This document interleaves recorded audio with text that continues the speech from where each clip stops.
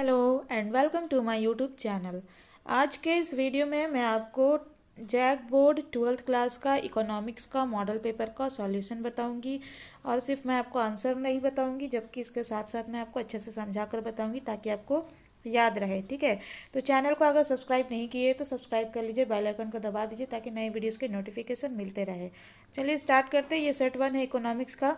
आप आर्ट्स में हो, चाहे साइंस में हो या कॉमर्स में हो, आप सबके लिए ये यूज़फुल है। ठीक है, देखो फर्स्ट क्वेश्चन है, दो वस्तुओं एक्स तथा वाई के लिए उत्पादन संभावनाएं इस प्रकार दी हुई है। मान लो एक्स का उत्पादन जो है, प्रोडक्शन जो है 0, 1, 2, 3, 4 एंड 5। ठीक है, और वस्तु वाई जो है, कॉमोडिटी वाई, उसका 10, 8, 6, 4, 2 एंड 0 है। ठीक है, तो इन दोनों का उत्पादन संभावना है, यानी कि प्रोडक्शन पॉसिबिलिटीज़ ये दिए हुए हैं। तो उत्पादन संभावना वक्र जो है, प्रोडक्शन पॉसिबिलिटी कर्व पीपीसी, जो मैंने आपको कराया है, जो लोग देखे होंगे वीडियो उनको तो पता ही होगा पीपीसी क्या होता है ना। तो पीपीसी का आकार कैसा होगा पूछा है। तो देखिए, अगर ऋणात्मक, इसमें ऑप्शन दिए, ऑप्शन ए ऋणात्मक ढाल तथा मूल बिंदु की ओर अवतल यानी कॉन्केव होगा, या फिर ऑप्शन बी है ऋणात्मक ढाल तथा मूल बिंदु की ओर उत्तल यानी कॉन्वेक्स होगा, या फिर ऑप्शन सी दिया है ऋणात्मक ढाल तथा एक सरल रेखा, या फिर ऑप्शन डी है धनात्मक ढाल तथा एक सरल रेखा। ठीक है, तो देखो इसको अगर हम लोग बना के देखें अगर डायग्राम, तो इसको रुकिए मैं आपको बना के दिखाती हूँ। मान लीजिए एक्स वाई करके है, ठीक है, ऐसे करके इसको हम लोग एक्स एक्सिस मान लेते हैं, इसको वाई मान लेते हैं। ठीक है, तो यहाँ पे मान लीजिए 1, 2, ठीक है, 1, 2, 3, 4 ऐसे करके है एक्स एक्सिस पे। ठीक है, और वाई एक्सिस पे आपका 0 इधर है, देन 2, फिर यहाँ पे 4, फिर यहाँ पे 6, ठीक है, ऐसे कर करके है, फिर क्या है 8 एंड 10। तो ऐसा अगर आप लोग कॉपी में ग्राफ बनाएंगे ना, तो x 0 है एंड y 10 है, यानी कि यहाँ से, ठीक है, यहाँ से स्टार्ट हुआ पॉइंट, फिर ऐसे करते करते ये एक ऐसे करके सीधा रेखा एक आएगा। मैं एक मोटा मोटी तौर पे बता रही हूँ। ठीक है, ऐसे करके एक सीधा रेखा बनेगा ऊपर से लेके नीचे तक। तो इसका करेक्ट आंसर जो है आप लोग का हो जाएगा ऋणात्मक ढाल तथा एक सरल रेखा। ठीक है, आप लोग कॉपी में बना के देखिएगा जैसे मैंने आपको बताया है। ठीक है, उसी हिसाब से बनाइएगा, अभी ठीक से नहीं बन रहा है मेरे से डूडल में, तो इसको आप ऐसे बनाइएगा। तो इसका करेक्ट आंसर आपका क्या हो जाएगा, ऑप्शन सी ऋणात्मक ढाल तथा एक सरल रेखा। ठीक है, तो इसका करेक्ट आंसर हो जाएगा ऑप्शन नंबर कौन सा, ऑप्शन नंबर सी ऋणात्मक ढाल तथा एक सरल रेखा, इसका करेक्ट आंसर हो गया। ठीक है, तो चलिए अब सेकंड नंबर क्वेश्चन देखते हैं। सेकंड नंबर क्वेश्चन क्या है। सेकंड नंबर क्वेश्चन पूछा है, निम्नलिखित में से कौन अर्थव्यवस्था की केंद्रीय समस्या है। अच्छे से मैंने आपको समझाया था, केंद्रीय समस्या मुख्यतः कितने होते हैं, 3 होते हैं। आपसे ये भी क्वेश्चन कर सकता है कि अर्थव्यवस्था की मुख्य कितने समस्या होते हैं, तो 3 होते हैं। ठीक है, तो इसमें देखो क्या क्या दिया ऑप्शन ए है क्या बचत हो, ऑप्शन बी है क्या उपभोग हो, ऑप्शन सी है क्या निवेश हो, या फिर ऑप्शन डी है किसके लिए उत्पादन हो। तो इसमें से अर्थव्यवस्था की केंद्रीय समस्या कौन सी है, किसके लिए उत्पादन हो। ठीक है, फॉर हुम टू प्रोड्यूस। क्लियर है। देखिए आप लोग वीडियो देखिएगा, मैंने माइक्रो इकोनॉमिक्स का सारा आप लोगों को सॉल्यूशन दे दिया। इसका ऑप्शन डी करेक्ट आंसर होगा। आपको सारा मैंने आपको सॉल्यूशन दिया है, एक एक चैप्टर वाइज मैंने आप लोगों को ऑब्जेक्टिव क्वेश्चंस कराए हैं और लेक्चर्स भी दिए हैं। अगर आपको चाहिए तो आप लोग कमेंट बॉक्स में कमेंट करना, मैं आप लोग को लिंक दे दूंगी। ठीक है, अब देखो थर्ड क्वेश्चन है, अर्थशास्त्र में शब्द व्यष्टि और समष्टि का प्रयोग सर्वप्रथम किस अर्थशास्त्री ने किया था। ठीक है, अर्थशास्त्र में माने इकोनॉमिक्स में माइक्रो और मैक्रो जो वर्ड होता है उसका इस्तेमाल सबसे पहले किस इकोनॉमिस्ट ने किया था। तो इसके ऑप्शंस दिए हुए एडम स्मिथ, ऑप्शन बी है रैगनर फ्रिस, ऑप्शन सी है माल्थस, या फिर ऑप्शन डी है अल्फ्रेड मार्शल। तो माइक्रो और मैक्रो का सबसे पहले इस्तेमाल करने वाले जो अर्थशास्त्री है वो है रैगनर फ्रिस। कौन है, रैगनर फ्रिस। तो इसका करेक्ट आंसर क्या हो जाएगा, इसका करेक्ट आंसर हो जाएगा आपका ऑप्शन बी। ठीक है, रैगनर फ्रिस। समझ गए। तो देखिए इंग्लिश मीडियम वालों को थोड़ा प्रॉब्लम हो रहा होगा क्योंकि मॉडल पेपर जो है आप लोगों का इंग्लिश में नहीं दिया हुआ है, ठीक है। लेकिन टेंशन मत लीजिए, घबराइए मत। आप लोग का जो एग्ज़ाम होगा ना, तो जैसे यहाँ पे क्वेश्चन लिखा है हिंदी में, वैसे इंग्लिश में भी लिखा होगा, ठीक है। और रही बात आप लोग ऑब्जेक्टिव वगैरह का कैसे तैयारी करेंगे, तो आप मेरे चैनल पर इकोनॉमिक्स का पूरा प्लेलिस्ट है, उसमें मैंने इंग्लिश हिंदी दोनों, इंग्लिश मीडियम और हिंदी मीडियम दोनों के लिए बहुत ही अच्छे अच्छे वीडियोज़ बनाए हैं इकोनॉमिक्स के, ठीक है। तो आप चाहो तो मैं आपको लिंक दे दूँगी या डिस्क्रिप्शन में डाल दे रही हूँ, आप लोग देख लेना। अब देखो क्वेश्चन नंबर 4 क्या पूछा है। एक किसान खेतों की जुताई के लिए ट्रैक्टर और हल बैल के बीच किसी एक तकनीक का चयन करता है, ठीक है। एक तकनीक का चयन करता है, चूज़ करता है, तो उसका यह चयन जो है अर्थव्यवस्था की यानी इकोनॉमी की किस केंद्रीय समस्या, किस सेंट्रल प्रॉब्लम से मेल खाता है, ठीक है। समझे, अगर एक किसान जो है दो में से एक ऑप्शन को, किसी एक तकनीक को चुनता है, तो ये अर्थव्यवस्था की, इकोनॉमी की कौन सी सेंट्रल प्रॉब्लम से मेल खाता है यानी मैच करता है, ठीक है। तो इसमें ऑप्शन देखो, ऑप्शन ए है क्या उत्पादन करे, ऑप्शन बी है कैसे उत्पादन करे, ऑप्शन सी है किसके लिए उत्पादन करे, या ऑप्शन डी है कितनी मात्रा में उत्पादन करे। तो अगर कोई खेती कर रहा है, ठीक है, तो उससे उत्पादन क्या हो रहा है, फसल उसका उत्पादन हुआ, तो उत्पादन कैसे करे यही ना वो सेलेक्ट कर रहा है कि हल बैल से करना है कि टेक्निकली करना है। तो ये हो गया कैसे उत्पादन करे, इसका करेक्ट आंसर। तो फोर्थ का करेक्ट आंसर क्या होगा, ऑप्शन नंबर बी करेक्ट, ठीक है। अब चलो देखते हैं पांचवा क्वेश्चन क्या पूछा है। पांचवा क्वेश्चन में देखो क्या पूछा है। किस अर्थशास्त्री के अनुसार उपयोगिता को मुद्रा में मापा जा सकता है, ठीक है, यानी यूटिलिटी को मनी में मेज़र किया जा सकता है। ये किस अर्थशास्त्री, किस इकोनॉमिस्ट के अकॉर्डिंग ऐसा है, ठीक है, किस इकोनॉमिस्ट के अकॉर्डिंग। तो ऑप्शन दिया हुआ, ऑप्शन ए है लियोनल रॉबिन्स, ऑप्शन बी है अल्फ्रेड मार्शल, ऑप्शन सी है एडम स्मिथ, या फिर ऑप्शन डी है वॉलरस। तो ये जो है अल्फ्रेड मार्शल के अनुसार है उपयोगिता को मुद्रा में मापा जा सकता है। इसने कहा कि उपयोगिता को मुद्रा में मापा जा सकता है अल्फ्रेड मार्शल ने, तो इसका करेक्ट आंसर हो गया ऑप्शन बी, ठीक है। अब चलिए हम लोग छठा क्वेश्चन देखेंगे। 6 नंबर में क्या पूछा है। 6 में पूछा है एक व्यक्ति 4 गोलगप्पे का उपभोग करता है, ठीक है। जैसे मान लो उपभोग माने मतलब उसको कंजम्पशन करना, ठीक, कंज्यूम करना। तो एक व्यक्ति जो है, एक इंसान 4 गोलगप्पा खाता है, तो उसे प्रत्येक व्यक्तिगत इकाई से, यानी जो उसका हर एक प्रत्येक इंडिविजुअल जो यूनिट है उससे क्रमशः 15 यूटिल्स, 12 यूटिल्स, 10 यूटिल्स और 8 यूटिल्स उपयोगिता मिलती है। तो उससे 4 गोलगप्पे के उपभोग से कुल उपयोगिता कितनी प्राप्त होती है, कितनी प्राप्त होगी। मैंने आपको बताया था ना, कुल उपयोगिता क्या होता है, जितने भी यूनिट्स के हमने कंजम्पशन किए, कितने भी यूनिट्स हो, कितने भी इकाई हो जिसके हमने उपभोग किए, उन सबका टोटल जो होता है सबको ऐड कर देते हैं, तो कुल उपयोगिता हम लोग को पता चल जाता है ना। तो यहाँ पे बोला 4 गोलगप्पा कोई खाया है, ठीक है, उसको पहला में मिला 15 यूटिल्स, दूसरा में मिला 12 यूटिल्स, तीसरा में मिला 10 यूटिल्स और चौथा में मिला 8 यूटिल्स। तो उसका कुल उपयोगिता पूरा जितना उपभोग किया, 4 गोलगप्पा, 4 ठो का कंजम्पशन किया, तो उसका कुल उपयोगिता कितना हो जाएगा। तो सबको ऐड कर देंगे, 15 + 12 कितना हो गया 27, फिर 10 37, फिर 8 कितना हो गया 27 3 37 3 40, 5 45, तो 45 यूटिल्स कौन सा ऑप्शन में है। हाँ जी सही देखे, ऑप्शन नंबर सी, ठीक है। तो कितना यूटिल्स मिला टोटल यूटिलिटी, कुल उपयोगिता, ऑप्शन सी 45 यूटिल्स इसका करेक्ट आंसर हो गया, ठीक है। अब चलो 7वां में देखते हैं, ग्राफ दिया है क्या है। दो वस्तुओं रसगुल्ला और गुलाब जामुन के लिए बजट रेखा ए बी को निम्न रेखा चित्र से दर्शाया गया है, ठीक है। यहाँ पे दो वस्तु है, कॉमोडिटी है, रसगुल्ला है और गुलाब जामुन है। उसका जो बजट लाइन है, बजट रेखा है ए बी, मान लीजिए यहाँ पे ए बी जो है वो बजट रेखा है। तो उसको जो ये है रेखा चित्र यानी ये जो डायग्राम है, ठीक है, पिक्चर है, उससे दर्शाया गया है। तो इन वस्तुओं की कीमतें क्रमशः पी आर और पी जी है तथा बजट रेखा की ढाल क्या होगी। तो मान लो कि वस्तु का कीमत जो है, मान लो कि रसगुल्ला का कीमत पी आर है और गुलाब जामुन का कीमत जो है पी जी है। तो बजट रेखा की ढाल क्या होगी, बजट लाइन का जो ढाल है, स्लोप कैसे होगा, ठीक है, इसका ढाल कैसे होगा। तो इसके ऑप्शंस दिए हुए हम लोगों को, ऑप्शन ए है P R by P G, option B है P G by P R, option C है P R into P G, या फिर ऑप्शन डी है PR प्लस PG। तो इसका बजट रेखा का ढाल क्या होगा? बजट रेखा का ढाल होगा PR/PG। कहाँ पे है PR/PG? तो ये है आपका ऑप्शन ए। ठीक है, तो इसका करेक्ट आंसर हो गया ऑप्शन ए। समझ गए? अब चलिए देखते हैं क्वेश्चन नंबर 8 क्या पूछ रहा है।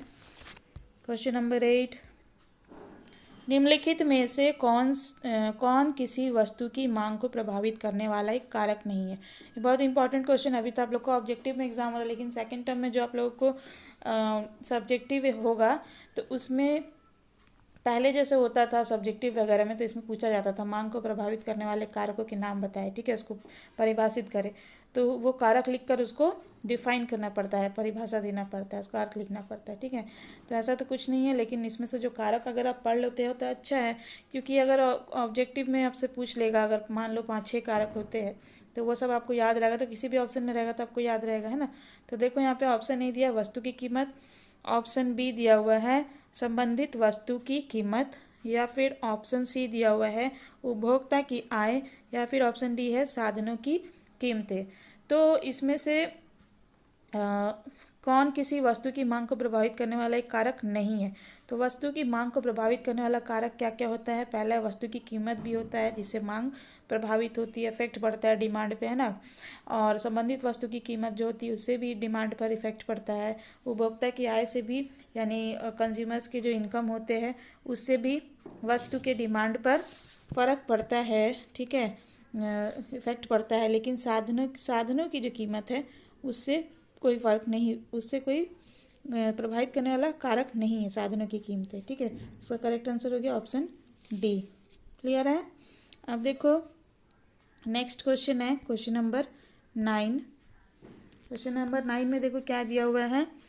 यदि वस्तु X की कीमत कम होने से वस्तु Y की मांग कम हो जाती है तो इन दो वस्तुओं को क्या कहा जाएगा?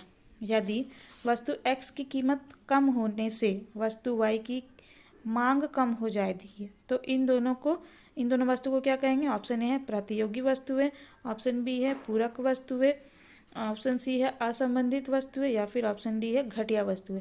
तो ये हम लोग का जो कहलाएगी प्रतियोगी वस्तुएं। ठीक है, क्योंकि प्रतियोगी वस्तु में क्या होता है, अगर एक का कीमत जो है मान लो कम हो जाए तो दूसरा का डिमांड कम हो जाता है। क्यों?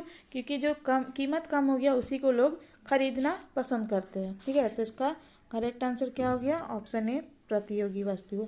जैसे चाय कॉफ़ी है, तो मान लो अगर चाय का कीमत कम हो गया तो कॉफ़ी का डिमांड क्या है, मांग जो है कम हो जाता है। क्यों? क्योंकि जब कम में चाय मिल रहा है तो चाय पी लेंगे लोग। और अगर मान लो कि कॉफ़ी का कीमत कम हो गया, चाय के मुकाबले कॉफ़ी की कीमत कम है, तो क्या करेंगे लोग? कीमत कम वाला की ओर जाएंगे, उसका ज़्यादा डिमांड होगा, है ना। और जो चाय है उसका इसका जो डिमांड है वो कम हो जाएगा। समझ में आया क्या फंडा है? अब देखो क्वेश्चन नंबर 10 क्या पूछा है। यदि किसी वस्तु की कीमत में 5% की कमी होने से उसकी मांग मात्रा में 8% की वृद्धि होती है तो मांग की कीमत लोच का मान क्या होगा? तो मांग की कीमत लोच यानी इलास्टिसिटी ऑफ डिमांड इंग्लिश में इसको कहेंगे। ठीक है, तो इसका परसेंटेज मेथड है, प्रतिशत विधि से इसको निकालना होगा। ठीक है, उसका आप लोगों का विधि आप लोगों को याद रखना होगा। इलास्टिसिटी ऑफ डिमांड का मेथड क्या होता है, माने फॉर्मूला क्या होता है? उसका फॉर्मूला होता है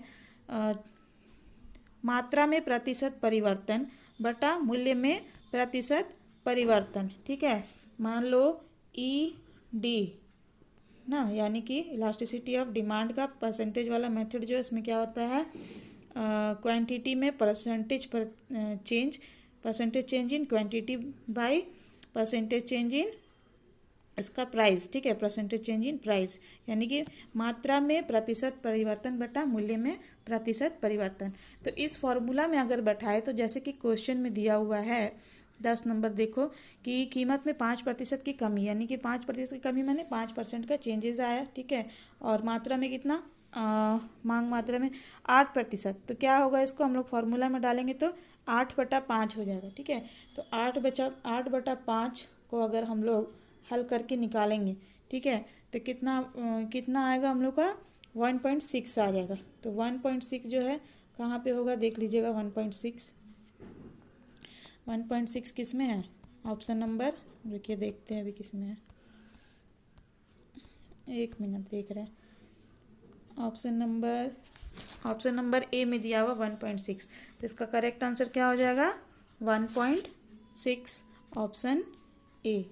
क्लियर है? आपको ये फॉर्मूला याद रखना है, क्योंकि ज़रूरी नहीं कि यही सब नंबर हो सकता है 5 की जगह 10 दे दे, 8 की जगह 20 दे दे, कुछ भी हो, है ना, इसलिए फॉर्मूला याद रखिएगा। अब देखिए 11वां प्रश्न क्या है, देखते हैं। 11वां प्रश्न है, निम्न में से किस वस्तु की मांग लोचदार होती है? सारा चीज़ मैंने पढ़ाया, जो लोग पहले से पढ़ रहे होंगे बच्चे उनको तो बहुत इजी लग रहा होगा, ठीक है। एक एक जो भी यहाँ पे आया सब कुछ पढ़ा चुकी हूँ मैं। तो देखो, किस वस्तु की मांग लोचदार होगी? ऑप्शन ए है जीवन रक्षक दवाएं, ऑप्शन बी है नमक, ऑप्शन सी है माचिस, या फिर ऑप्शन डी है रेफ्रिजरेटर। तो इसका करेक्ट आंसर हो जाएगा ऑप्शन डी, रेफ्रिजरेटर। इसकी मांग लोचदार होगी। क्यों? क्योंकि अगर इसका प्राइस कम हो या ज़्यादा हो, इससे बहुत फ़र्क पड़ता है। कम होगा तो लोग क्या करेंगे? खरीदेंगे, लेकिन ज़्यादा बढ़ जाएगा तो उतनी खरीदारी नहीं होगी, क्योंकि जो उपभोक्ता रिच है, ठीक है, कंज्यूमर जो रिच है वो तो खरीद लेंगे, लेकिन पुअर लोग तो नहीं खरीद पाएंगे। तो ये लोचदार है, ठीक है, इसकी कीमत घटने बढ़ने से फ़र्क पड़ता है।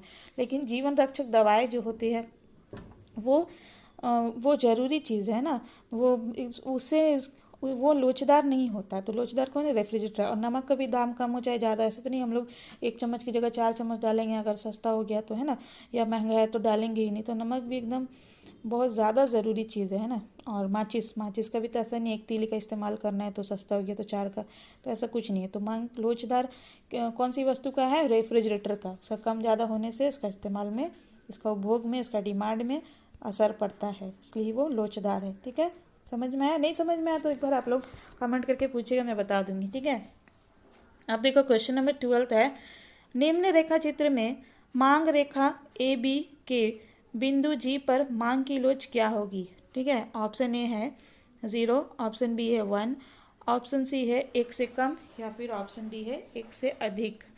तो मांग रेखा ए बी के बिंदु जी पर मांग की लोच क्या होगी? मांग की लोच बीच में जो होता है रेखा, उसमें होता है =1। ठीक है, तो यहाँ पे होगा आप लोगों का, ऊपर है तो ये 1 से अधिक होगा। कितना होगा? 1 से अधिक। तो इसका करेक्ट आंसर हो गया ऑप्शन डी। क्लियर है? 12 का डी आंसर होगा। अब 13 नंबर क्वेश्चन देखिए क्या दिया हुआ है। 13 नंबर में पूछा है, किस प्रकार की वस्तु की कीमत बढ़ने पर, किस तरह का जो कमोडिटी होता है उसका कीमत जो है प्राइस बढ़ने पर उपभोक्ता को यानी कंज्यूमर को उस वस्तु की अधिक मात्रा खरीदना चाहता है। ठीक है, तो ऑप्शन ए है जीवन रक्षक दवाएं, ऑप्शन बी है विलासिता वस्तु, या फिर ऑप्शन सी आवश्यक वस्तु, या फिर ऑप्शन डी है गिफिन वस्तु। देखिए क्वेश्चन पहले समझिए, कौन सा ऐसा वस्तु है, ठीक है, कमोडिटी है, जिसका कीमत अगर बढ़े तो उपभोक्ता यानी हम लोग जो है उसको उस वस्तु को अधिक ज़्यादा क्वांटिटी में खरीदना पसंद, उसका डिमांड बढ़ जाएगा, कहने का मतलब ये है। ठीक है, तो इसके ऑप्शंस दिए हुए आपको, जीवन रक्षक दवाएं, विलासिता वस्तु, या फिर आवश्यक वस्तु, या फिर गिफिन वस्तु। तो इसका करेक्ट आंसर क्या हो जाएगा? गिफिन वस्तु। ठीक है, option D is the correct answer for this question. Option D, क्योंकि गिफिन वस्तु को लोग इसलिए नहीं खरीदते हैं जल्दी कि अरे इसका क्वालिटी अच्छा नहीं है ना, लेकिन अगर दाम बढ़ जाएगा तो लगेगा क्वालिटी अच्छा है। तो उपभोक्ता का, कंज्यूमर का ये वहम होता है। अब देखो क्वेश्चन नंबर 14 क्या है। क्वेश्चन नंबर 14 है, यदि एक उपभोक्ता एक वस्तु पर अपनी आय का एक बड़ा हिस्सा खर्च करता है तो उस वस्तु की मांग क्या होगी? मान लीजिए अगर हम लोग 10,000 कमा रहे हैं और ज़्यादा से ज़्यादा 3-4 हज़ार रुपये की वस्तु पे खर्च कर रहे हैं, तो उस वस्तु की जो डिमांड है वो क्या होगी? ऑप्शन ए है बेलोचदार होगी, ऑप्शन बी है पूर्णतः बेलोचदार होगी, या फिर ऑप्शन सी है पूर्णतः लोचदार होगी, या फिर ऑप्शन डी है सापेक्षिक लोचदार होगी। तो इसका करेक्ट आंसर हो जाएगा बेलोचदार होगी। ठीक है, ऑप्शन ए। क्यों? क्योंकि उपभोक्ता अपना अधिक से अधिक अगर आय का एक हिस्सा खर्च कर रहा है, उस वस्तु की मांग जो है बेलोचदार होगी, क्योंकि इससे कोई फ़र्क नहीं पड़ता, क्योंकि उपभोक्ता की वो ज़रूरत बन गई है, उसको खरीदनी है, कम या ज़्यादा जो भी हो, कीमत बढ़े या घटे, उसको उस चीज़ की ज़रूरत है। ठीक है, मेन उसके लिए वो उपभोक्ता की वस्तु है। अब देखो क्वेश्चन नंबर 15 है, औसत स्थिर लागत वक्र का आकार होता है एवरेज फिक्स्ड कॉस्ट। ठीक है, एवरेज फिक्स्ड कॉस्ट का जो कर्व होता है वो किस आकार का होता है, AFC का, औसत स्थिर लागत का। ऋणात्मक ढाल की एक सरल रेखा, ऑप्शन बी है धनात्मक ढाल की एक सरल रेखा, ऑप्शन सी है आयताकार परवलय, या फिर ऑप्शन डी है गोलाकार। तो औसत स्थिर लागत वक्र जो है वो आयताकार परवलय होता है, ठीक है, गोल नहीं होता। ना ही धनात्मक ढाल की एक सरल रेखा होती है, ना ही ऋणात्मक ढाल की एक सरल रेखा होती है। कैसे होता है, आयताकार परवलय होता है, ठीक है। तो इसका करेक्ट आंसर हो जाएगा ऑप्शन सी, ऐसा होता है, फिर इसमें ऐसे ऐसे एंड ऐसे करके होता है, ठीक है। तो क्या हो गया, ये आयताकार परवलय, तो ऑप्शन सी इसका करेक्ट आंसर हो गया। अब चलिए देखते हैं क्वेश्चन नंबर 16 क्या पूछ रहा है। 16 नंबर क्वेश्चन में पूछा है आपसे, एक मिनट, परिवर्ती साधन का औसत उत्पाद बढ़ता है जब, परिवर्ती साधन का औसत उत्पाद बढ़ता है जब, एक कंडीशन बताइए इसके लिए, ठीक है। ऑप्शन ए है सीमांत उत्पाद औसत उत्पाद से अधिक होता है, या फिर ऑप्शन बी है सीमांत उत्पाद औसत उत्पाद से कम होता है, या फिर ऑप्शन सी है कुल उत्पाद ऑप्शन सी है सीमांत उत्पाद औसत उत्पाद के बराबर होता है, या फिर ऑप्शन डी है सीमांत उत्पाद शून्य होता है, ठीक है। तो देखिए परिवर्ती साधन का औसत उत्पाद बढ़ता है जब सीमांत उत्पाद औसत उत्पाद से अधिक होता है। इसको याद रखिएगा इस कंडीशन को, ठीक है। तो इसका करेक्ट आंसर क्या हो जाएगा, ऑप्शन ए 16 का, ठीक है। अब चलो देखते हैं 17वां नंबर में क्या पूछा है। 17 नंबर क्वेश्चन देखो, कुल उत्पादन अधिकतम होता है जब सीमांत उत्पादन का मान डैश होता है। देखो पहले सब्जेक्टिव में पूछता था कि कुल उत्पादन और सीमांत उत्पादन में क्या संबंध होता है, ठीक है, relation between total production and marginal production. लेकिन अभी यहाँ तो आप लोगों का ऑब्जेक्टिव में हो गया तो ऐसे पूछ रहा है।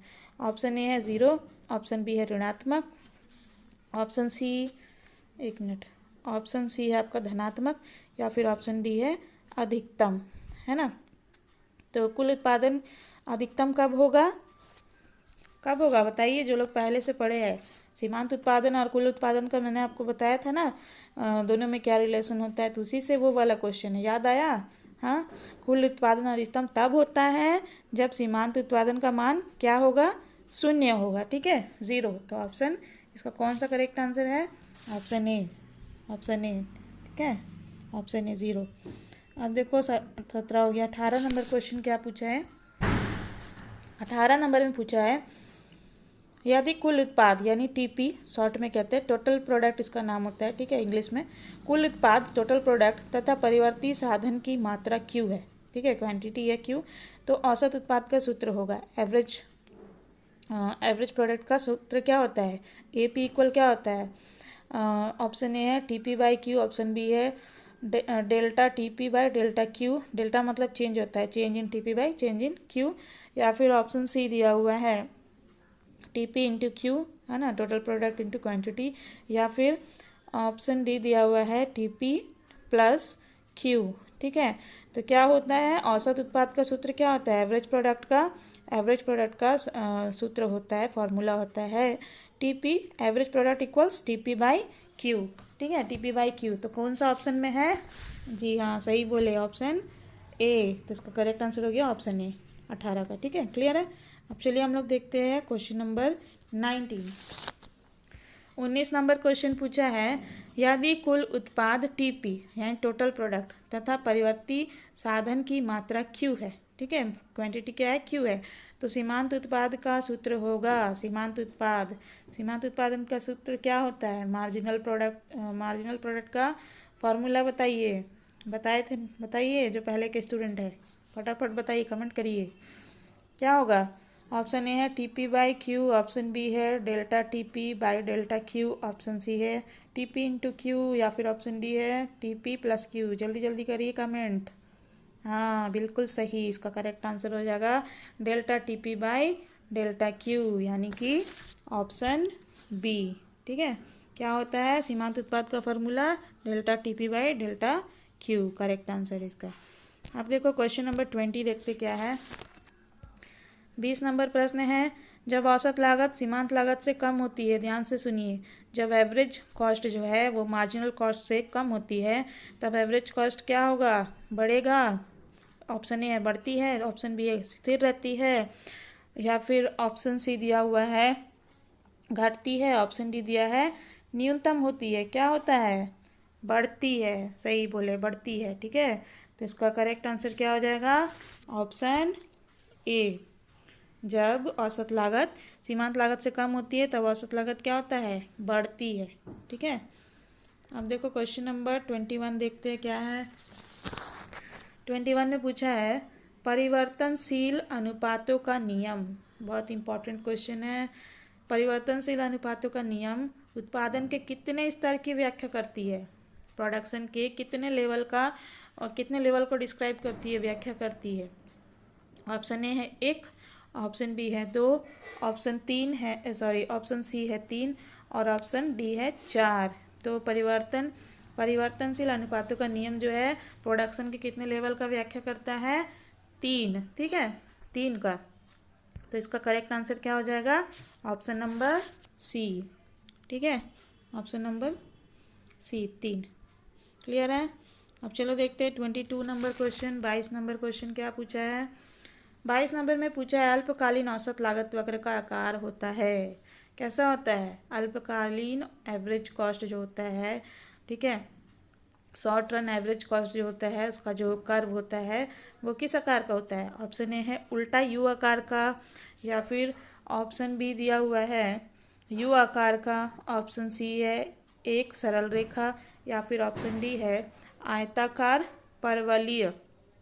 तो ये जो औसत लागत अल्पकालीन औसत लागत होता है ये होता है यू आकार का। ठीक है, तो यू आकार, इसका करेक्ट आंसर क्या हो जाएगा? Option number B. ठीक है, यू आकार का ऐसे करके होता है, समझे? अब चलो क्वेश्चन नंबर 23 सॉल्व करें। क्वेश्चन नंबर 23 पूछा है निम्नलिखित में से कौन स्थिर लागत का एक उदाहरण है? स्थिर लागत फिक्स्ड कॉस्ट का एग्जाम्पल कौन सा है इसमें से? ऑप्शन ए है स्थायी कर्मचारी का वेतन, ऑप्शन बी है प्रति इकाई बिजली बिल, या फिर ऑप्शन सी है दैनिक मजदूर की मजदूरी, या फिर ऑप्शन डी है कच्चे माल पर व्यय। कौन सा होगा स्थिर लागत का उदाहरण इसमें से? बताइए जल्दी। इसका आंसर हो जाएगा स्थायी कर्मचारी का वेतन, क्योंकि ये जल्दी घटता बढ़ता नहीं है। ठीक है, बाकी सब जो है वो घट बढ़ सकता है कभी भी। तो इसका करेक्ट आंसर हो जाएगा स्थायी कर्मचारी का वेतन। ठीक है, अब चलो देखते 24 नंबर क्वेश्चन। 24वां प्रश्न पूछा औसत लागत और सीमांत लागत आपस में बराबर होती है जब औसत लागत, समझे, यानी एवरेज कॉस्ट और मार्जिनल कॉस्ट आपस में बराबर होगी, इक्वल्स होगी। जब औसत लागत एवरेज कॉस्ट ऑप्शन ए है बढ़ती है, ऑप्शन बी है घटती है, ऑप्शन सी है अधिकतम होती है, या फिर ऑप्शन डी है न्यूनतम होती है। तो इसका करेक्ट आंसर हो जाएगा ऑप्शन डी, जब न्यूनतम होती है। औसत लागत न्यूनतम होगी तब औसत लागत और सीमांत लागत आपस में बराबर होती है। तो इसका करेक्ट आंसर क्या हो गया?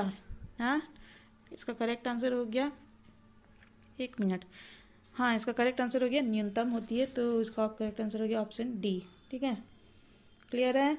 अब चलो 25 नंबर देखते हैं क्या पूछा है। 25 में पूछा है किसी वस्तु की प्रति इकाई बिक्री से एक उत्पादक को प्राप्त राशि क्या कहलाती है? मान लो एक वस्तु है, उसका प्रति इकाई बिक्री से जो प्रोड्यूसर है उसको जो पैसा मिल रहा है, प्राप्त राशि मिल रहा है, अमाउंट मिल रहा है, वो क्या कहलाएगा? ऑप्शन ए है कुल आगम, ऑप्शन बी है औसत आगम, या फिर ऑप्शन नंबर सी है सीमांत आगम, या फिर ऑप्शन डी है औसत लागत। तो क्या कहलाएगा? Total revenue. ठीक है, टोटल रेवेन्यू कहेंगे इंग्लिश में, और हिंदी में कुल आगम। ठीक है, तो इसका करेक्ट आंसर क्या हो गया? Option number A. ठीक है, सॉरी इसका नहीं, 25 का question number option number A कुल आगम 25 का। ठीक है, अब चलो देखेंगे 26 नंबर क्या पूछा है। 26 में क्या पूछा है? कुल लागत यानी टीसी टोटल कॉस्ट, कुल स्थिर लागत यानी टीएफसी टोटल फिक्स्ड कॉस्ट, और कुल परिवर्तनशील लागत यानी टीवीसी टोटल वेरिएबल कॉस्ट के संबंध में, के रिलेशन में कौन सा कथन, कौन सा जो स्टेटमेंट है वो सत्य है यानी ट्रू है। ठीक है, देखिए ध्यान से देखिए, इसमें ऑप्शन दिए हुए हैं, लेकिन आपको क्या समझना है कि टीसी टीएफसी और टीवीसी में क्या रिलेशन होता है। टीसी टीएफसी और टीवीसी में क्या रिलेशन होता है बताइए जल्दी। यहाँ पे देखो ऑप्शन है T F C equals T C plus T V C, या फिर T V C equals T F C plus T C, या फिर T C equal T F C minus T V C, या फिर option D दिया हुआ है T F C equals T C minus T V C. तो इसका correct answer हो जाएगा आप लोगों का T F C equals T C minus T V सी। याद रखिएगा ये फार्मूला क्या होता है, टी एफ सी बराबर क्या होता है जी, टी एफ सी बराबर होता है T C minus T V C. तो इसका करेक्ट आंसर हो गया ऑप्शन डी। ये फार्मूला याद रखिएगा, रिलेशन अपने समझ में आ जाएगा। ठीक है, अब चलो 27 नंबर देख लेते हैं।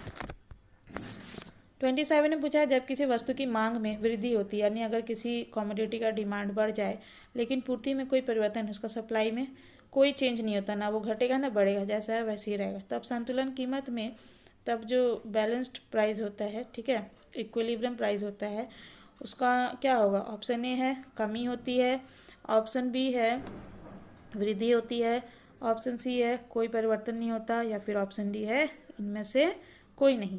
तो क्या होता है जब किसी वस्तु की मांग में वृद्धि होती है लेकिन पूर्ति में कोई परिवर्तन नहीं होता है, ठीक है, यानी अगर वस्तु का मांग जो है, डिमांड जो है वो बढ़ जाए लेकिन जो सप्लाई है उसमें कोई परिवर्तन ना हो, ठीक है, तो क्या होगा, संतुलन कीमत का क्या होगा बताइए जल्दी कमेंट करके। संतुलन कीमत क्या होगा, इक्विलिब्रियम प्राइस का क्या होगा बताओ जल्दी, कमेंट करो, पढ़ा है ना। वृद्धि होती है संतुलन कीमत में, क्या होता है, वृद्धि होती है, ठीक है, तो इसका करेक्ट आंसर हो गया ऑप्शन बी। समझ गए। अब चलिए 28 नंबर क्वेश्चन देखते हैं क्या है। 28 हम तो कोशिश कर रहे हैं आप लोग को अच्छे से अच्छा समझाए, लेकिन फिर भी नहीं समझ में आया तो कमेंट करके पूछिएगा, ठीक है। अब वीडियो अच्छा लगे तो लाइक ज़रूर करना बाबा, लाइक किए बिना चल जाते हैं आप लोग, मुझे कैसे समझ में आएगा आप लोगों को समझ में आ रहा है या नहीं, पसंद आ रहा है कि नहीं, है ना। 28 देखो, यदि किसी वस्तु की मांग डी तथा पूर्ति एस हो तो बाजार संतुलन की शर्त होगी। बाजार संतुलन मार्केट इक्विलिब्रियम का क्या शर्त होगा। ऑप्शन ए है D equal S, option B है D minus S equal 0, option C है डी बाई एस इक्वल्स 1, या फिर ऑप्शन डी है इनमें से सभी। तो क्या होगा, जब डिमांड एंड सप्लाई, जब मान लो कि वस्तु का मांग है डी और पूर्ति है एस, तो बाजार संतुलन यानी मार्केट इक्विलिब्रियम का क्या शर्त होगा, मांग पूर्ति के बराबर होना चाहिए, ठीक है। तो मांग बराबर पूर्ति या फिर पूर्ति बराबर मांग कह लीजिए, बात बराबर है, तो इसका करेक्ट आंसर हो जाएगा option A D equals S, या फिर एस इक्वल डी दिया होता तब भी सही होता। समझ गए, ऑप्शन ए करेक्ट आंसर। चलिए अब देखते हैं क्वेश्चन नंबर 29। 29वां नंबर प्रश्न है किसी वस्तु का न्यूनतम समर्थन मूल्य बाजार मूल्य से यह कि ऑप्शन ए है कम होता है, ऑप्शन बी है अधिक होता है, ऑप्शन सी है बराबर होता है, या फिर ऑप्शन डी है दुगना कम होता है। क्या होता है, अभी न्यूनतम मूल्य को लेकर कितना बवाल मचा था, देखे थे न्यूज़। हाँ, अब देखिए क्या होता है, अधिक होता है समर्थन, न्यूनतम समर्थन मूल्य जो होता है, जो सरकार डायरेक्ट उत्पादक को देती है, जैसे माने हम लोग के किसान को देती है, तो वो क्या होता है बाजार मूल्य से अधिक होता है। तो इसका करेक्ट आंसर क्या होगा, ऑप्शन बी, सही बोले। चलिए अब क्वेश्चन नंबर 30 देखते क्या है। 30वां प्रश्न है निम्नलिखित में से कौन सा फलन पूर्ति के नियम को प्रदर्शित करता है, ठीक है। तो इसमें से जो कौन सा फंक्शन है जो पूर्ति के नियम को यानी सप्लाई के नियम को दिखा रहा है, शो कर रहा है, ठीक है। ऑप्शन ए है S equals F under bracket P, या फिर ऑप्शन बी है S equal F under bracket Q, या फिर ऑप्शन सी है D equals F under bracket P, या फिर ऑप्शन डी है S equal F under bracket 1/p। तो क्या होगा, प्रोडक्शन एंड सप्लाई का ये होता है ना पूर्ति के नियम में, तो इसका करेक्ट आंसर हो जाएगा option a function of P, ठीक है। पूर्ति का जो कौन सा फलन पूर्ति के नियम को, पूर्ति का नियम क्या दर्शाता है, S equals functions of production, तो S equals F under bracket P, यानी कि इसका करेक्ट आंसर हो गया ऑप्शन नंबर ए, ठीक है। अब चलिए 31 देखते क्या है।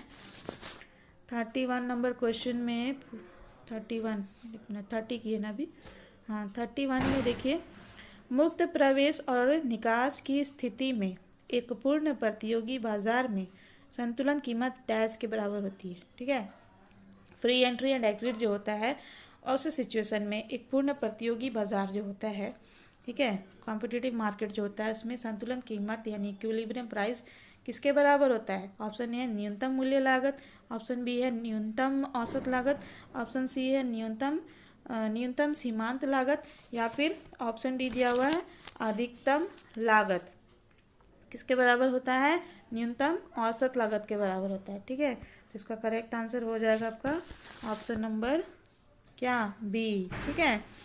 मुक्त प्रवेश और निकास की स्थिति में एक पूर्ण प्रतियोगिता बाजार में संतुलन कीमत न्यूनतम औसत लागत के बराबर होती है। समझ में आ गया? ऑप्शन बी, ठीक है। आप देखो 32 क्या दिया है। 32वां प्रश्न दिया है, एक उत्पादक का उद्देश्य क्या होता है? एक जो प्रोड्यूसर होता है, ठीक है, प्रोडक्शन जो करता है, उत्पादन का कार्य करता है, उसका मेन ऑब्जेक्टिव क्या होता है, उद्देश्य क्या होता है? ऑप्शन ए है लाभ अधिकतम करना, ऑप्शन बी है लागत अधिकतम करना, ऑप्शन सी है आगम अधिकतम करना, या फिर ऑप्शन डी है लाभ न्यूनतम करना। तो कोई भी जो उत्पादक हो, किसी भी चीज़ का उत्पादन करता है, वो क्या सोच के करता है कि ज़्यादा से ज़्यादा हम लोग प्रॉफिट कमाएं, है ना। प्रोड्यूसर क्या उसका उद्देश्य होता है? अधिकतम लाभ कमाना, मैक्सिमम प्रॉफिट गेन करना। तो इसका करेक्ट आंसर हो गया ऑप्शन ए। समझ गए? अब चलो 33 नंबर क्वेश्चन क्या है भैया? 33 है, अल्पकाल में एक पूर्ण प्रतियोगी फर्म हानि प्राप्त करने के बावजूद उत्पादन जारी रखती है जब वस्तु की कीमत। अच्छा एक बात बताइए, अगर शॉर्ट रन में हम लोग कुछ मान लीजिए, छोड़िए शॉर्ट रन छोड़िए, अगर हम लोग कुछ प्रोडक्शन कर रहे हैं लेकिन हम लोग को लॉस हो रहा है, फिर भी हम लोग प्रोडक्शन किए जा रहे हैं, तो कब तक करेंगे? जब वस्तु की कीमत ऑप्शन ए सीमांत लागत के बराबर हो, ऑप्शन बी औसत लागत के बराबर होती है, या फिर ऑप्शन सी है औसत परिवर्तनशील लागत से अधिक या इसके बराबर होती है, या ऑप्शन डी है न्यूनतम औसत लागत के बराबर होती है।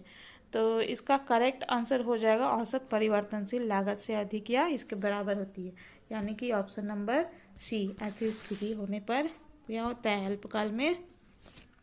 ऑप्शन नंबर सी इसका करेक्ट आंसर है। औसत परिवर्तनशील लागत से अधिक या इसके बराबर हो तो अल्पकाल में एक पूर्ण प्रतियोगी फर्म हानि प्राप्त करने के बावजूद भी उत्पादन जारी रखता है। समझ में आया? अब चलो 34 नंबर क्वेश्चन देखिए क्या है। 34 में पूछा है, निम्नलिखित में से कौन पूर्ण प्रतियोगिता की एक विशेषता नहीं है? तो इस क्वेश्चन का आंसर जानने के लिए आप लोगों को मालूम होना चाहिए कि पूर्ण प्रतियोगिता की क्या क्या विशेषता, खासियत जो होती है, फीचर्स क्या क्या होती है। तब आपको तुरंत समझ में आ जाएगा। अगर दिया होगा कि जो चीज़ नहीं है वो तुरंत समझ में आएगा कि ये नहीं है, ठीक है, क्योंकि आपको याद रहेगा जो है उसके बारे में। तो इसलिए अगर आप लोग ऑब्जेक्टिव करना चाहते हैं तो बुक पढ़िए, सब्जेक्टिव भी पढ़िए, तभी निकलेगा ऑब्जेक्टिव। ऑब्जेक्टिव मत समझिएगा कि इजी है तुक्का मार देंगे, नहीं। जब तक आप सब्जेक्टिव नहीं समझेंगे कोई चीज़, आप कंटेंट को, किसी बात को, तो उससे अगर ऑब्जेक्टिव पूछे तो कहाँ से जवाब देंगे, है ना। तो 34 में देखो 34 कर रहे हैं ना, हाँ। निम्नलिखित में से कौन पूर्ण प्रतियोगिता की एक विशेषता नहीं? पूर्ण प्रतियोगिता में क्या होता है? क्रेताओं विक्रेताओं की अधिक संख्या होती है, ठीक है, मुक्त प्रवेश और निकास की सुविधा भी होती है, और सरकार का कोई हस्तक्षेप नहीं होता है। तो इसका करेक्ट आंसर हो जाएगा ऑप्शन डी, वस्तु की मांग बेलोचदार होती है, ठीक है। इसका करेक्ट आंसर क्या हो गया? Option D. समझ गए? तो पूर्ण प्रतियोगिता की एक विशेषता नहीं है, कौन नहीं है? वस्तु की मांग बेलोचदार। अब देखो 35 में क्या पूछा है। 35 नंबर क्वेश्चन है, किस प्रकार की बाजार संरचना में किसी वस्तु का एक और केवल एक उत्पादक होता है? तो कौन से बाजार में होता है? ऑप्शन ए एकाधिकार, ऑप्शन बी दिया हुआ है पूर्ण प्रतियोगिता, ऑप्शन सी है पूर्ण प्रतियोगिता, ऑप्शन डी है द्वयाधिकार। तो ये होता है एकाधिकार। एकाधिकार में क्या होता है? किसी वस्तु का एक और केवल एक उत्पादक होता है, ठीक है। एकाधिकार की क्या विशेषता है? इसमें प्रोड्यूसर की संख्या कितनी होती है? एक होती है। तो इसका करेक्ट आंसर हो गया ऑप्शन नंबर ए, ठीक है। अब चलिए 36 नंबर सॉल्व करें।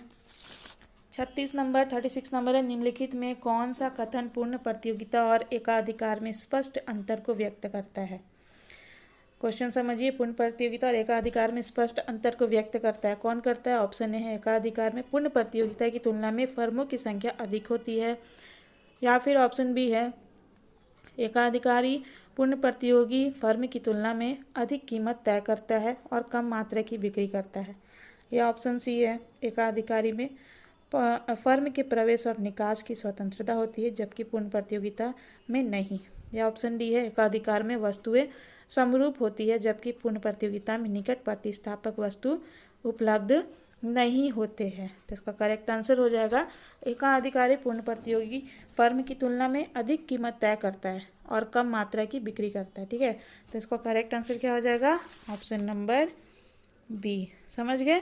कौन सा कथन पूर्ण प्रतियोगिता एकाधिकार में स्पष्ट अंतर को व्यक्त करता है? तो इसमें एक स्पष्ट अंतर माने क्लियर डिफरेंस जो है एकाधिकार पूर्ण प्रतियोगिता में क्या है? एकाधिकार पूर्ण प्रतियोगिता फर्म के कंपैरिजन में तुलना में ज़्यादा कीमत तय करती है ना, और कम मात्रा में बिक्री करती है। समझ में आ गया? चलो 37 नंबर देखें। 37 में पूछा है एकाधिकार के अंतर्गत कीमत पी प्राइस और सीमांत लागत मार्जिनल कॉस्ट एमसी के बीच क्या संबंध होता है? प्राइस और एमसी के बीच में क्या रिलेशन होता है एकाधिकार में, मोनोपोली में? ऑप्शन ए है P minus MC is less than 1, या ऑप्शन बी है P is less than MC यानी मार्जिनल कॉस्ट, या फिर ऑप्शन सी है P by MC is less than 1, या फिर ऑप्शन डी है इनमें से सभी। तो देखो एकाधिकार में मोनोपोली में क्या होता है? पी एंड एमसी के बीच में relation price is less than marginal cost, यानी जो कीमत जो है वो सीमांत लागत से price is greater than marginal cost, यानी कि जो कीमत है वो सीमांत लागत से अधिक होती है। तो इसका करेक्ट आंसर क्या हो जाएगा? Option number B. ठीक है, तो इसका ऑप्शन नंबर बी हो जाएगा करेक्ट आंसर। ठीक है, कीमत जो है सीमांत लागत से अधिक होती है, ऑप्शन बी। समझ गए? अब चलो 38 नंबर देखें क्या है। 38 में बोला है कि निम्नलिखित में से किस बाजार संरचना में कीमत और सीमांत लागत में समानता पाई जाती है? यानी प्राइस और मार्जिनल कॉस्ट दोनों बराबर होता है किसमें, किस बाजार में, है ना? ऑप्शन ए है एकाधिकार, ऑप्शन बी है पूर्ण प्रतियोगिता, ऑप्शन सी दिया हुआ है पूर्ण प्रतियोगिता, या फिर ऑप्शन डी है द्वयाधिकार। ठीक है, तो इसका करेक्ट आंसर हो जाएगा पूर्ण प्रतियोगिता। तो इसका पूर्ण प्रतियोगिता option C number correct answer है कि पूर्ण प्रतियोगिता बाजार की जो संरचना होती है उसमें कीमत और सीमांत लागत में समानता पाई जाती है। प्राइस और जो मार्जिनल कॉस्ट होता है उसमें समानता पाई जाती है, सिमिलैरिटी होती है। ठीक है, अब देखिए 39 नंबर क्या है। एक विक्रेता को 5 रुपये प्रति इकाई कीमत पर किसी वस्तु की 60 इकाई की बिक्री से प्राप्त कुल आगम की राशि क्या होगी? मान लो कि एक विक्रेता यानी जो बिक्री करने वाला सेलर है, ठीक है, 5 रुपये करके कोई सामान बेच रहा है। मान लो एक पेन बेच रहा है 5 रुपये करके, तो मान लो अगर 60 पेन बेचता है 5-5 रुपये करके, तो उसको अगर बेचकर उसका कुल आगम यानी उसका टोटल जो रेवेन्यू होगा, ठीक है, कुल आगम माने इंग्लिश में टोटल रेवेन्यू, उसको कितना पैसा मिलेगा टोटल, तो 5-5 रुपये करके अगर 60 पेन बेच रहा है तो कितना होगा? प्राइस इंटू क्वांटिटी करेंगे अगर हम लोग, तो आंसर आ जाएगा, तो 5 इंटू 60 कितना हो जाएगा? 300। तो इसका करेक्ट आंसर हो जाएगा ऑप्शन कौन सा? ऑप्शन नंबर बी में दिया 300 रुपीज़। ठीक है, क्योंकि टोटल रेवेन्यू का फॉर्मूला होता है, क्या होता है टोटल रेवेन्यू का फॉर्मूला? पी यानी प्राइस इंटू क्यू। एकदम इजी है, यानी प्राइस को क्वांटिटी से मल्टीप्लाई कर देंगे तो आ जाएगा। समझ गए? तो प्राइस कितना है? 5 रुपये, और क्वांटिटी कितना है? इकाई 60। ठीक है, मात्रा इसका, तो 5 गुना 60 कितना हो गया? 300। एकदम इजी है ना बच्चा वाला क्वेश्चन। आप देखो 40 नंबर में क्या बोला है? उत्पादन कर में वृद्धि से किसी वस्तु की पूर्ति क्या होगी? ऑप्शन ए में स्थिरता होगी, यानी पूर्ति में स्थिरता होगी, ऑप्शन बी पूर्ति में वृद्धि होगी, ऑप्शन सी पूर्ति में कमी होगी, या फिर ऑप्शन डी पूर्ति में कोई परिवर्तन नहीं होगा। क्या होगा? अगर प्रोडक्शन टैक्स बढ़ा दिया जाए तो क्या होगा? प्रोडक्शन टैक्स बढ़ जाएगा तो पूर्ति में क्या होगा? कमी होगा। क्यों होगा? क्योंकि अगर बढ़ जाएगा टैक्स उसका तो कोई भी प्रोड्यूसर जो है वो प्रोडक्शन ज़्यादा नहीं करना चाहेगा, क्योंकि प्रोडक्शन अगर महंगे में करेगा और सामान तो उतना ज़्यादा कीमत एक साथ नहीं बढ़ा सकता। अगर बढ़ा दे बहुत ज़्यादा कीमत, मान लो अगर उसको लागत अगर 5 रुपये का सामान बनाने में उसको 6 रुपये लग रहा है, 7 में बेचेगा, तो जो चीज़ 6 रुपये बाजार में बिकता था 7 रुपये हो जाएगा, तो लोग उसको कम कर देंगे, है ना? तो उससे क्या होगा? उत्पादक को जो है लॉस होगा, हानि होगा। तो इसलिए उत्पादक जो है उत्पादन कर में यदि वृद्धि हो जाती है, यानी प्रोडक्शन का जो टैक्स होता है उसमें अगर बढ़ा दिया जाए तो क्या करता है? वो पूर्ति में कमी कर देता है, यानी उत्पादन कम कर देता है अपना। ठीक है, उत्पादन कम करेगा तो ऑटोमेटिकली पूर्ति जो है बाजार में कम हो जाएगी, सप्लाई। समझ में आया? ठीक है, समझ में आ गया तो वीडियो अच्छा लगा तो लाइक कर लीजिएगा, चैनल को सब्सक्राइब कर लीजिएगा, बेल आइकन को दबा दीजिएगा ताकि नए वीडियोस के नोटिफिकेशन मिलते रहे, और इसे अपने स्टडी ग्रुप में प्लीज़ शेयर कर दीजिएगा। Thank you viewers for watching this video.